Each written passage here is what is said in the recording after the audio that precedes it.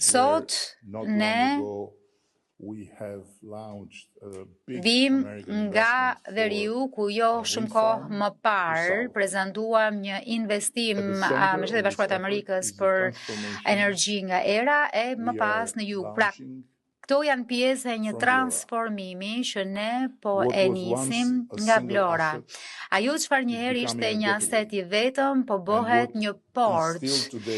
Dhe ai çfarë sot është ende një aset që nuk kemi mundur ta përdorim për shkak të mënyrës krejt të gabuar të investimit të parave të shqiptarëve, do të shndërrohet në një aset kaq të vlefshëm saqë do t'i jap Shqipërisë pozitën e një qendre energjetike që përfshin prodhimin e energjisë, infrastrukturën dhe tregjet rajonale. Çfarë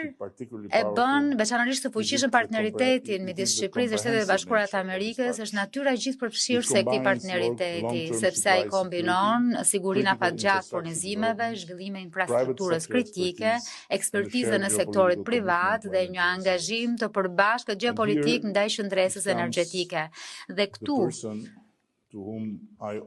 vim te personi të cilit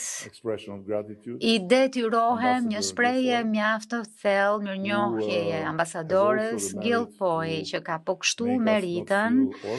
që të mos na bëj të ndihemi jetim sepse që prej një kohe nuk di sa të gjatë nuk kemi një ambasador këtu.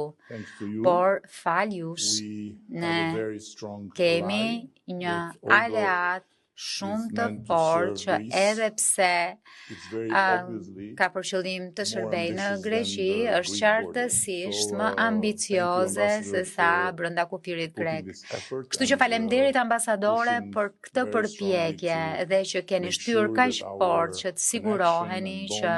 lidhjet e marrëdhëniet tona me qeverinë e Shteteve të Bashkuara të Amerikës të dalin edhe më të forta me rezultate të pjekur.